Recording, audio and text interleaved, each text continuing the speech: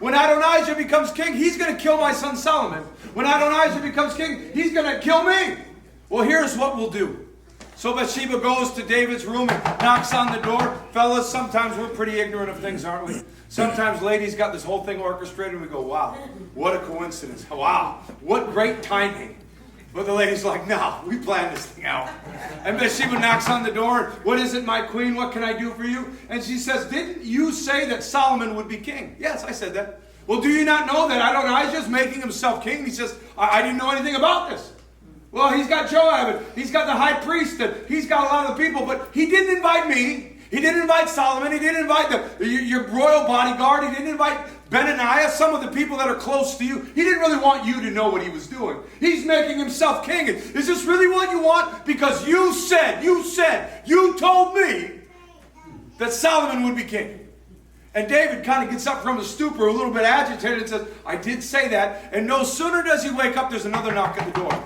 And it's Nathan the prophet.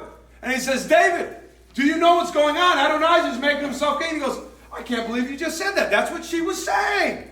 And then he says, didn't you say that Solomon should be king? And David's mind is blown. He goes, wow, what are the odds that two people would come in as we're talking about Solomon and confirm that Solomon should be king? And Bathsheba's kind of laughing like this guy. He never saw this coming. And he says, you know what? Let's do this right now. Take my donkey, take my bodyguard, blow the trumpet right now, declare Solomon is king, anoint him to be king, and he'll be king. And as the party was happening, before they blew the trumpet that Adonijah would be king, doo-doo-doo-doo, long live Solomon! And everybody in this tent scattered. Solomon became king because his mother interceded. Mothers, you have tremendous power to intercede on behalf of your family.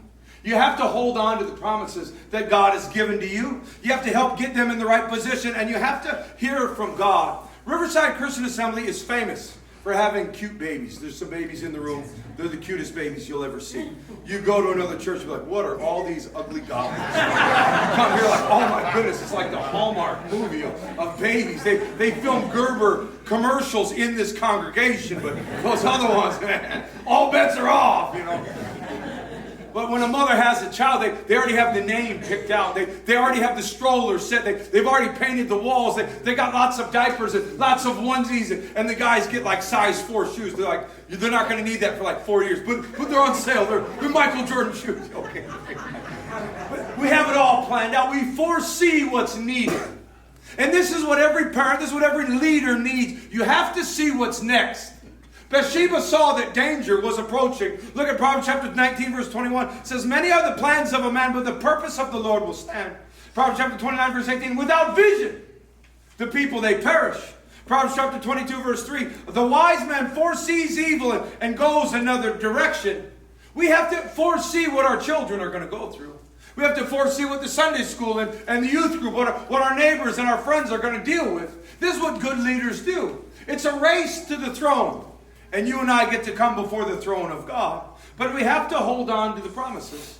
They say right now that on those gift cards that we never use in the nation of America, there's $23 billion sitting there. How many of us have gift cards in our pocket? Maybe you got one for Baker's, like, I don't really feel like Baker's. Maybe next time. You got Del Taco, you can always eat Del Taco. Get the Del Scorcho, it's delicious. Nevertheless, you look through and you go, In-N-Out Burger, oh, I'm going to eat that. But we have that extra $2, that extra $4. You take all of that, you add up $23 billion is sitting there. It's already been paid for. The food is ready. But you're not taking it to the bank. It's like a check that was written for you that you need to cash. And I love how Bathsheba says, David, didn't you say? I think we need to tell God, God, didn't you say? I know the